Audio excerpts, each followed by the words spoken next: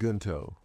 These were a series of mass-produced Japanese ceremonial swords used by the Imperial Japanese Armed Forces between 1871 and 1945. An estimated 2 million Guntō were produced during this time. These swords were not traditionally crafted katana worn by samurai. They were made for officers and non-commissioned officers as a status symbol, and to root the army and navy to Japanese military customs, such as loyalty. Japan lost many traditional swordsmiths during the Meiji period, when the samurai class disappeared and laws prohibited wearing swords in public. Many swordsmiths moved on to even making cutlery over swords. Traditional Japanese steel, known as tamahagane, also decreased in production during this time.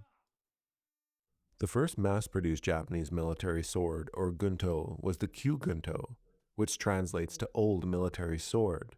These swords were actually styled after European and American swords, with a wraparound handguard, and many were even made from imported steel.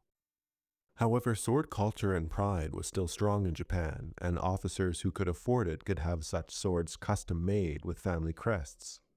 Furthermore, officers up until 1945, who had access to more traditional family swords, could sometimes carry these in substitute of a state-issued sword. These European-style Guntō began being replaced by a more traditional-looking Japanese military sword in 1935 called the Guntō, or New Military Sword, which is the type of sword you'll see most Japanese officers carrying during World War II. This is the sword that became the collector's item for soldiers fighting in the Pacific Theater. The 1930s saw a rise of nationalism, expansionism, and authoritarianism in Japan. During this time, the military and government glorified Japan's past. Guntō took the shape and form of tachi, a traditional sword worn by the samurai class of feudal Japan, and a mainstream Japanese sword of the Koto period between 900 AD and 1596 AD. Like tachi, Guntō were worn hung from chains from the hip.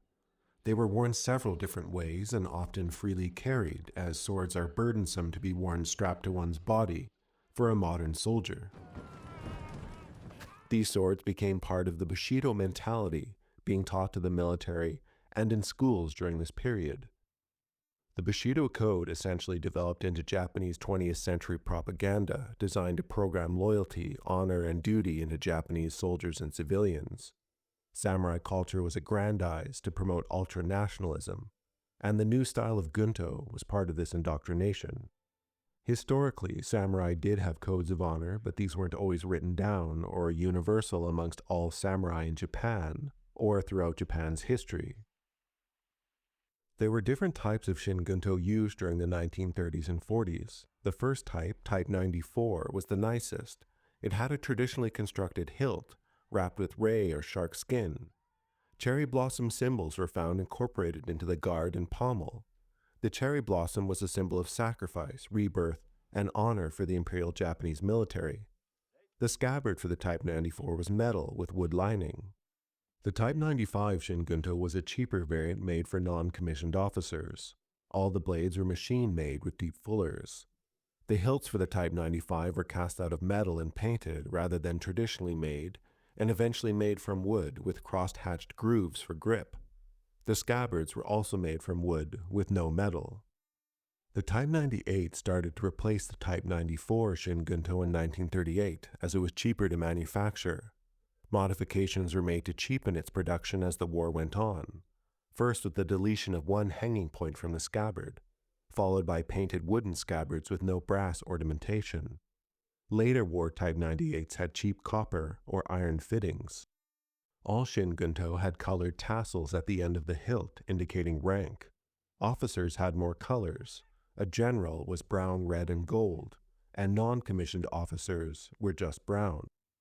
There was also a naval version of Guntō called Guntō. These were less common. Some were produced with stainless steel blades. The Navy more commonly wore daggers or dirks, a European naval tradition dating back hundreds of years. More traditional daggers carried were kaiken or tanto. These could be used for self-defense or ritual suicide, such as seppuku, translating to cutting the belly.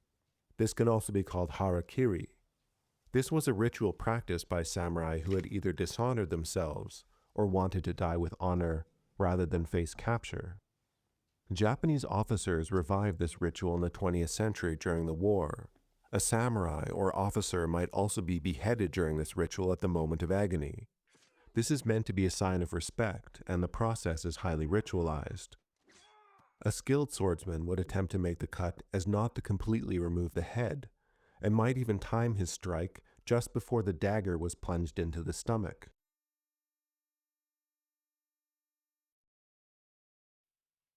Alright, I'm Johnny. Thanks for watching. Hopefully no one loses their head over my Japanese pronunciation of anything.